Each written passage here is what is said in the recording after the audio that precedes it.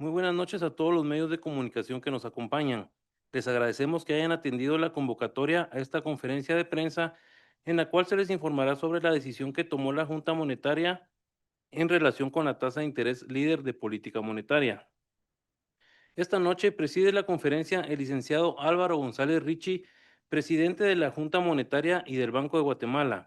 Le acompañan el licenciado José Alfredo Blanco, vicepresidente de la Junta Monetaria y del Banco de Guatemala, el licenciado Vinicio Cáceres, gerente general, el licenciado Johnny Gramajo, gerente económico, el licenciado William Cano, gerente financiero, y el doctor David Samayoa, director del Departamento de Análisis Macroeconómico y Pronósticos.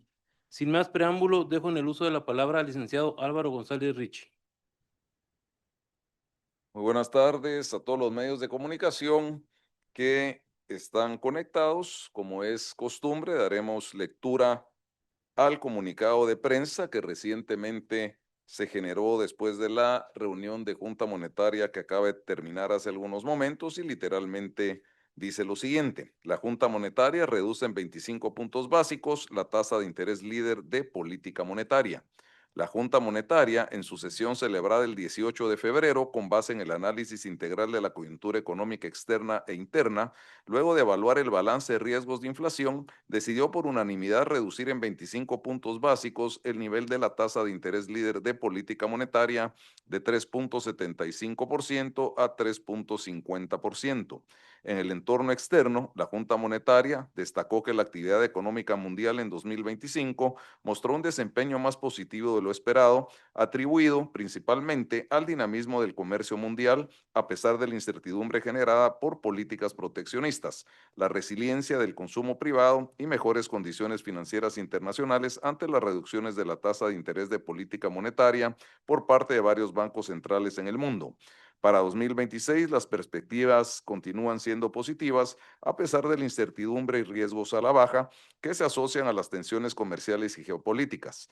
Por su parte, la inflación a nivel internacional, en términos generales, siguió moderándose, aunque en algunas de las principales economías aún se mantiene por arriba de sus metas. En lo que respecta al precio internacional del petróleo, se prevé que en 2026 se mantenga en niveles levemente inferiores a los del año previo, ante la persistencia de una oferta mundial de crudo mayor que la demanda, lo que genera un efecto favorable sobre la inflación en Guatemala. En el ámbito interno, la Junta Monetaria resaltó que la mayoría de indicadores de corto plazo de la actividad económica mostró en 2025 un dinamismo congruente con la estimación de cierre de 4.1%. Asimismo, reiteró que para 2026 se tiene previsto un comportamiento igualmente positivo, con un rango estimado entre 3.1% y 5.1%, valor central de 4.1%. Aunque los riesgos a la baja para esta perspectiva persisten, esto se ha moderado por el acuerdo comercial alcanzado con el gobierno estadounidense. Con relación al ritmo inflacionario, en enero de 2026 siguió ubicándose por debajo del límite inferior de la meta determinada por la Junta Monetaria, 4% más menos un punto porcentual, como resultado principalmente de choques de oferta internos favorables en algunos alimentos y precios de los combustibles más bajos que los del año anterior. En ese contexto, la Junta Monetaria enfatizó que siguen prevaleciendo condiciones de baja inflación, por lo que los pronósticos y las expectativas de inflación continúan apuntando a que ésta se ubicará por debajo del valor central de la meta en 2026. Como consecuencia, la Junta Monetaria decidió reducir nuevamente la tasa de interés líder de la política monetaria, lo cual contribuirá a mantener ancladas las expectativas de inflación y a procurar que la trayectoria futura de la inflación converja al valor central de la meta. La Junta Monetaria reafirma su compromiso de seguir adoptando las medidas necesarias para que los niveles de inflación permanezcan dentro de la meta, por lo que continuará dando seguimiento cercano a la evolución de los principales indicadores económicos, tanto externos como internos, que puedan afectar el nivel general de precios y por ende las expectativas de inflación. Guatemala, 18 de febrero de 2026. Eh, este es el comunicado y le daría la palabra al gerente económico para la presentación del análisis y el balance de riesgos que recién discutimos en Junta Monetaria. Muchas gracias, señor presidente. Muy buenas tardes a los representantes de los medios de comunicación que nos acompañan hoy. Me gustaría empezar mencionando que el nivel de la tasa de interés líder, como lo podemos observar en la gráfica en pantalla, de 3.50% es similar al nivel que observábamos en septiembre de 2022. Es un nivel relativamente acomodaticio, quiere decir de que este proporciona un estímulo a la actividad económica, particularmente a través de la actividad crediticia. En la decisión que tomó Junta Monetaria, consideró en el entorno externo que la economía mundial ha tenido un comportamiento positivo. De hecho, 2025 fue mejor que lo esperado, con un crecimiento de 3.3%, liderado fundamentalmente por Estados Unidos, que creció 2.1%, según el Fondo Monetario Internacional, y a inicios de 2024 se previó que Estados Unidos iba a crecer únicamente en 0.9%, o sea, un crecimiento de 2.1 fue bastante positivo, particularmente respecto de lo estimado con anterioridad. Luego vemos economías como la zona del euro, que creció 1.4, India 7.3, China 5%, México 0.6%, Brasil 2.5% y nuestros principales socios comerciales 2.1%. Todos los resultados fueron mejor que lo esperado, con la excepción de México, que tuvo un menor crecimiento respecto a lo esperado en 0.4 de punto porcentual. Para 2026 se espera que sea positivo para todos los países excepto Brasil, que tendría 1.6% en vez del 1.9% que el Fondo Monetario Internacional había previsto originalmente. Estados Unidos crecería 2.4%, la zona del euro 1.3%, India 6.4%, República Popular China 4.5%, México 1.5%, Brasil, como indiqué, 1.6% y nuestros socios comerciales 2.3%. Además, la Junta Monetaria tomó en cuenta que a pesar de que hay fuentes que han generado incertidumbre en el mercado del petróleo, como las tensiones geopolíticas entre Estados Unidos e Irán, el conflicto en la franja de Gaza, así como esto es en el caso de Israel con Palestina, el grupo Hamas, también esas tensiones en Europa del Este, entre Rusia y Ucrania, que podrían afectar el precio del petróleo.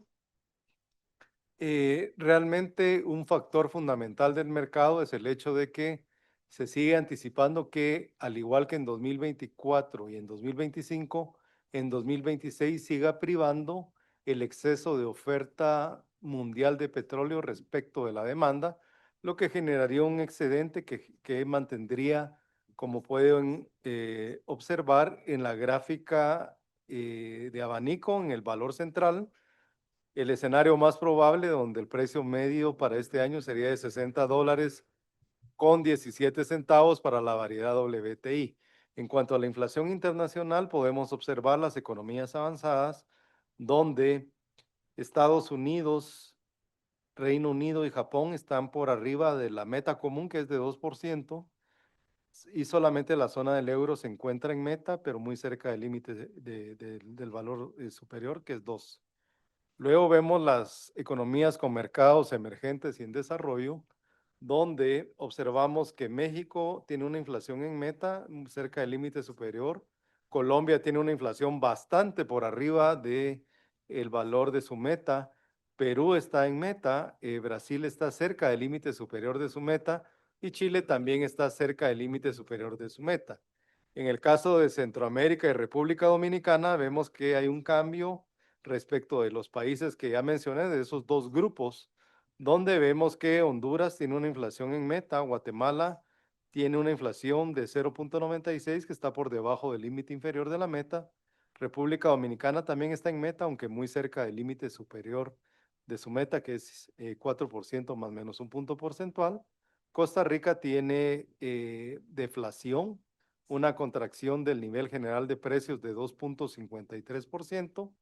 Y en el caso de El Salvador, una inflación muy baja de 0.65%.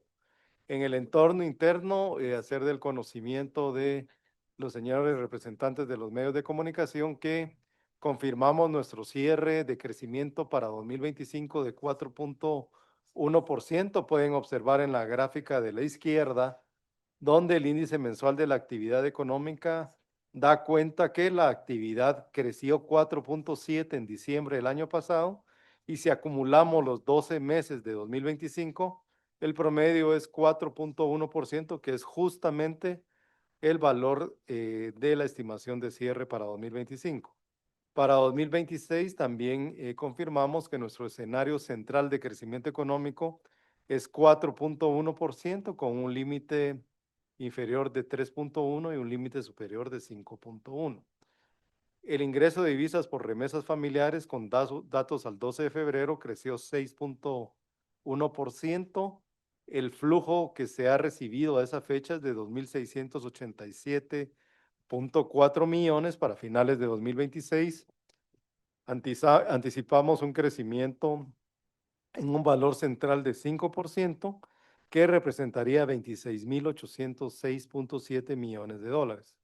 El comercio exterior, también tenemos datos definitivos de cierre de 2025, donde las exportaciones crecieron 7.1%, y estimamos que para 2026 podrían crecer entre 5 y 7%, con un valor central de 6%.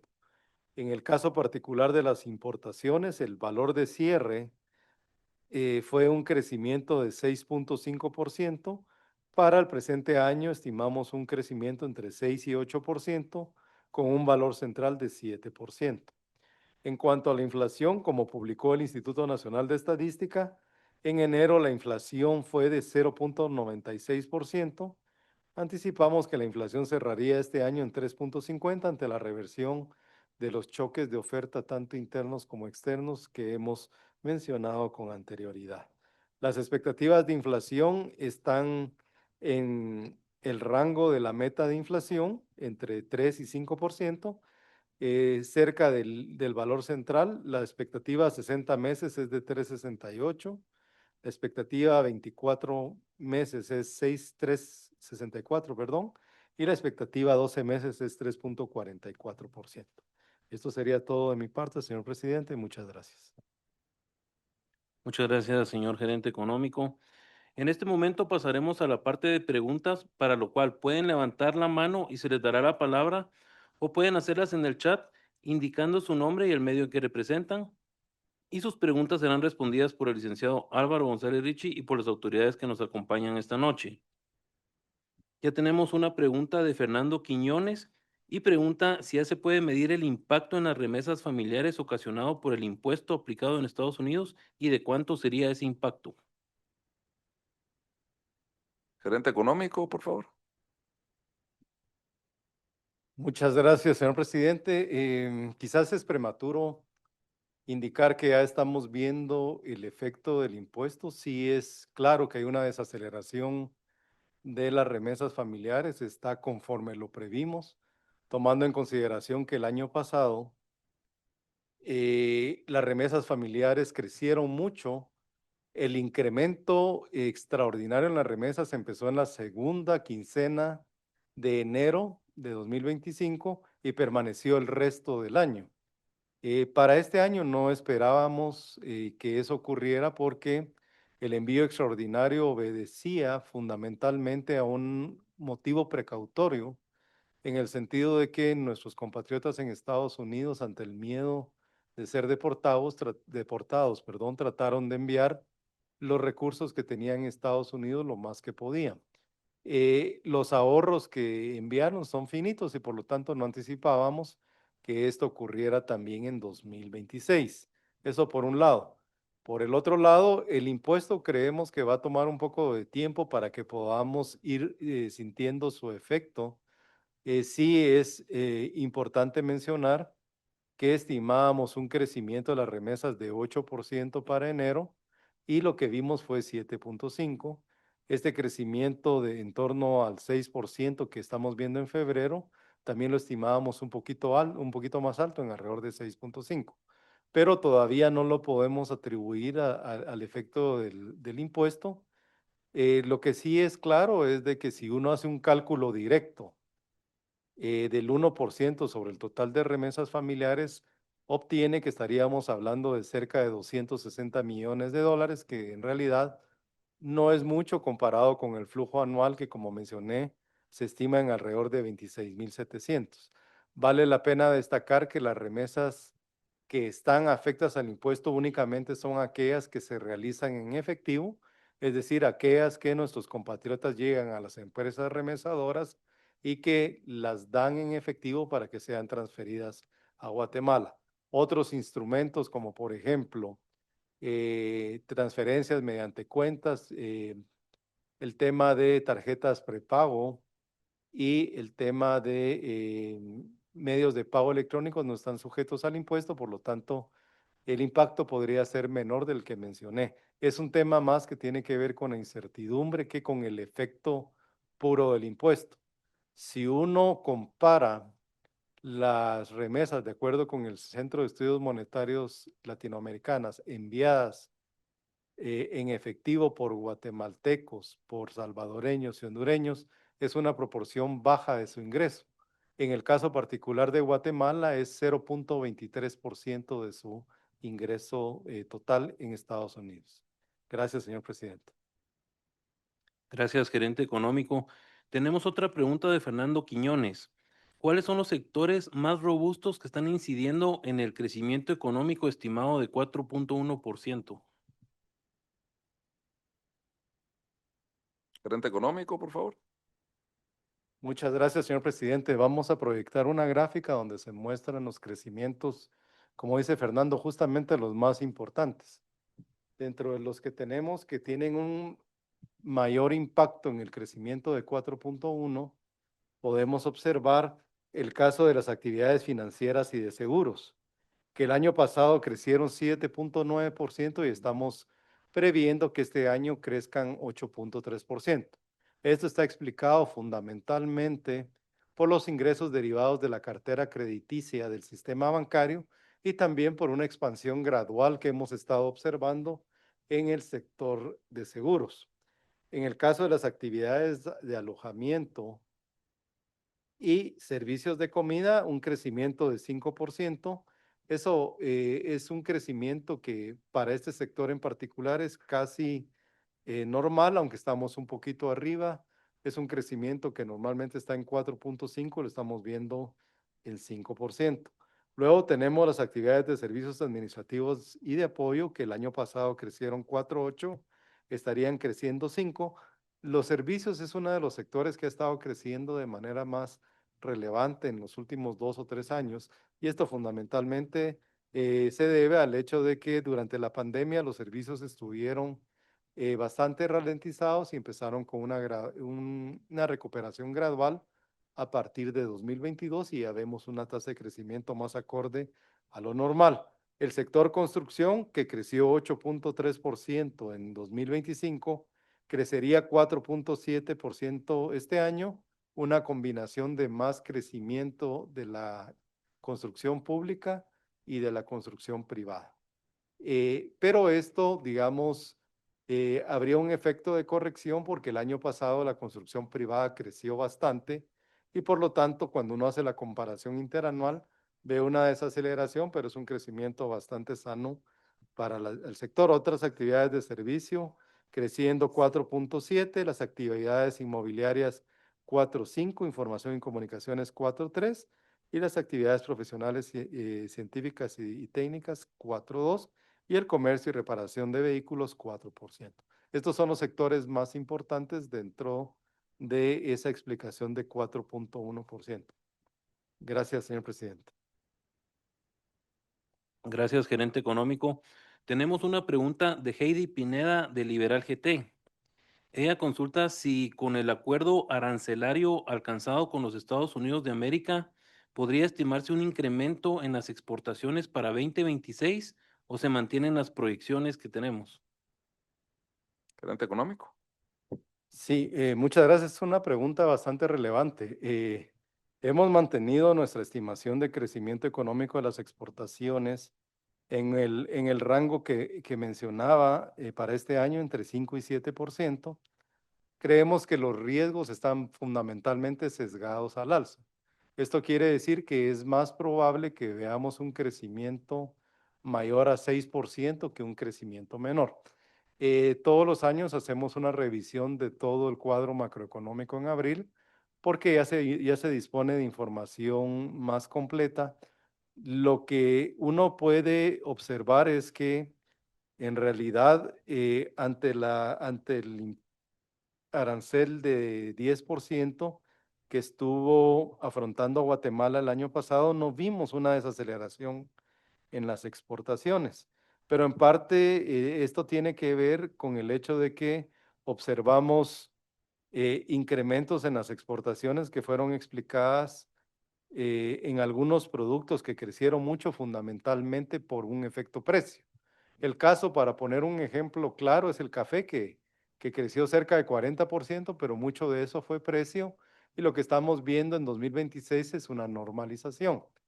¿Qué afectaría el tema de los aranceles? Si podemos observar un mayor volumen, pero con precios que no serían tan fuertes como los que observamos el año pasado y eso pues de alguna forma nos hace pensar que el crecimiento sería positivo, pero no tan dinámico como uno esperaría tras el acuerdo comercial que Guatemala firmó con los Estados Unidos de América.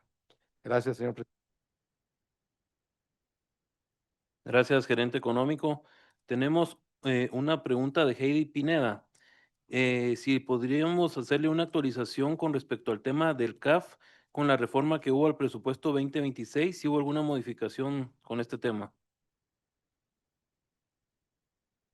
Sí, gracias. Tal vez solo aquí hacer el comentario que lógicamente, haber un amparo sobre el presupuesto que se aprobó el año pasado y la readecuación que recién también se aprobó en el Congreso, el tema del CAF quedó a cargo del Ministerio de Finanzas como debió haber sido originalmente. Así que en este caso, pues quedó a cargo de Finanzas. El Banco de Guatemala de alguna manera quedó afuera de cualquier riesgo de utilizar sus reservas para pagar acciones del CAF. Así que, repito, se quedó sin materia al no haber tenido continuidad el presupuesto y en la readecuación que hizo el Congreso, pues quedó ya nuevamente a cargo del Ministerio de Finanzas. Gracias, presidente. De no haber más preguntas, dejo para el cierre de la conferencia de prensa al licenciado Álvaro González Richie, presidente de la Junta Monetaria y del Banco de Guatemala. Muchas gracias, agradeciendo el tiempo que dedican a estar conectados. Tal vez yo solo quisiera terminar recalcando el buen mensaje de lo que sucedió el día de hoy. El hecho que estemos tomando la decisión de manera unánime en Junta Monetaria de rebajar la tasa de interés de política monetaria a 3.5%, es cuarta reducción consecutiva que se da. Lógicamente, el hecho de ir flexibilizando esta tasa de política monetaria la vamos a empezar a ver reflejada en algunos meses probablemente en las tasas de interés activas y pasivas de los bancos del sistema. Si tenemos mejores tasas activas o mejores tasas de préstamos, pues las personas, las empresas, las microempresas tendrán mejor acceso a fondos más baratos. Pues somos también de los países, diría pocos países, que ya el problema de inflación, pues ya lo tenemos solucionado. Tenemos una inflación menor al 1%, 0.96%. Actualmente estamos creciendo también por encima del potencial. Las exportaciones, como decía el gerente económico, creciendo en un valor central de 6%, las importaciones 7%, las remesas, pues que era una preocupación también de seguir con este excedente similar al del año pasado, que era, pues había un poco de incertidumbre, 18, 19%, pues vemos que se están acomodando cabalmente a las proyecciones que hicieron los cuerpos técnicos del 5%, que es cabalmente la proyección original, un tipo de cambio que hemos visto que mantiene la estabilidad, reservas monetarias internacionales también niveles históricos, lo cual da mucha solidez externa. Y si esto nosotros lo amarramos con la visita inicial que vamos a tener del Fondo Monetario Internacional en las próximas semanas, van a venir también algunas visitas preliminares de calificadoras de riesgo país. Repito, esta buena situación macroeconómica, estos buenos indicadores que estamos presentando, pues claramente van a sumar a poder ir llegando, como lo hemos dicho en diferentes ocasiones, a ese grado de inversión. No es fácil, estamos realmente a un escalón de lograr el grado de inversión, y si tomamos en cuenta también que se cuenta con un presupuesto robusto, con planes de dónde se tiene que invertir, lo que se está haciendo con el gobierno de Estados Unidos de planificar la parte del ferrocarril, la parte de puertos, con la nueva ley de alianzas público-privadas, que ahora está en una etapa de reglamentación. Repito, estamos en un buen momento. Así que el hecho de rebajar otro punto 25 la tasa de política monetaria, pues claramente es algo sumamente positivo para el país. Solo quería dejar ese mensaje y nuevamente les agradecemos el haber estado con nosotros el día de hoy. Muchas gracias.